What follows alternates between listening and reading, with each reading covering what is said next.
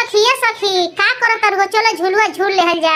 बाप रे हिंकर पगलाइल देखसा, सारा दुनिया झुलुआ झूल लेहल, सारा सामान चल गइल। पछतैला का मने आज कहलिए कि चलो सखी झुलुआ खेल। अरे सखी ढेर मत आई था, आज तो हम पूछतो बानी। इतना दिन से नेहावा पूजवा कजली मजली झूलत रहली स, तार के एको दिन झुलैली असा।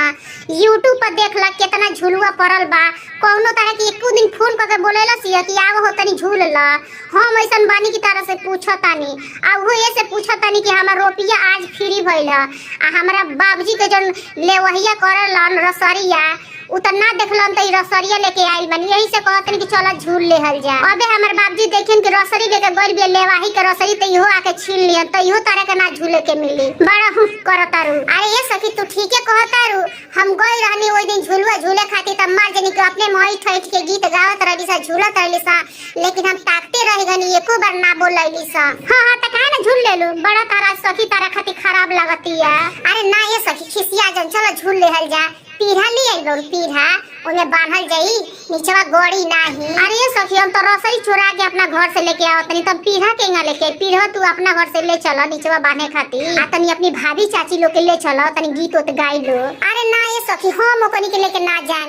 एगो जन हमर भौजाई बिया तो शहरी है, ओकरा गांव वहीं के लूर नाई।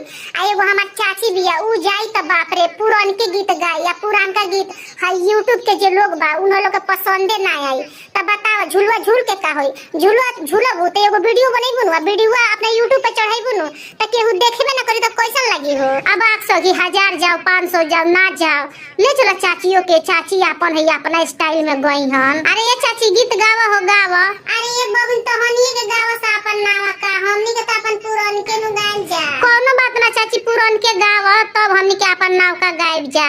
हमरा नई हरे से आइल बा मिठाई पिया गइनी तू बराई पिया ना।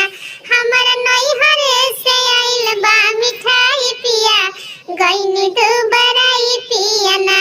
पापा रहते हमार खबर ली हते, हमार चाचा रहती हमार खबर ली हती, हमार बिना पापा के हो आ बिना चाचा के कैसन विदाई पिया आवेला रोवाई पिया ना। बिना भैया के कैसन विदाई पिया आवेला रोवाई पिया ना। हमर नैहर से आइल बा मिठाई पिया गइनी तू बराई पिया ना। अरे मीनवा पूजो अब अपन नाव का गीतिया सुनाओ सा ना, त YouTube के लोग बंद कर दी वीडियो बा, हमरा बेरिया कहत रहलु सा। अरे सखी हेलो खाती का सुनाई हो, रुको सोच के बताओ तनी। हां हां याद आ गइल, सुनी लो जी सुनी लो। 1 रुपया में 2 गो नथुनिया, 1 रुपया में 2 गो नथुनिया, सोनरानी के सुनी सुनी हा दास धइले बा।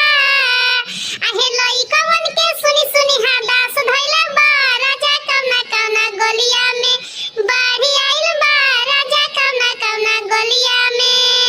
पटना के पुल टूटल छपरा दहल बा, पटना के पुल टूटल छपरा दहल बा। हाजीपुर के केरवा के भाव बढ़ल बा, हाजीपुर के केरवा के भाव बढ़ल बा। राजा कौना कौना गलिया में बाढ़ी आइल बा, राजा कौना कौना गलिया में।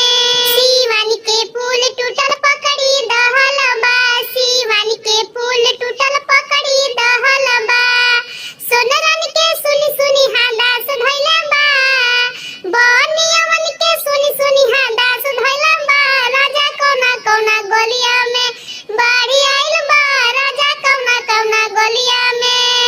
आ राजा सीवन सहरिया में बाढ़ी आइल बा, राजा बलिया बजरिया में बाढ़ी आइल बा, राजा छपरा बजरिया में बाढ़ी आइल बा, राजा छपरा बजरिया में। सुन लेनी लो, ठीक लागल त लाइक कर देल कर।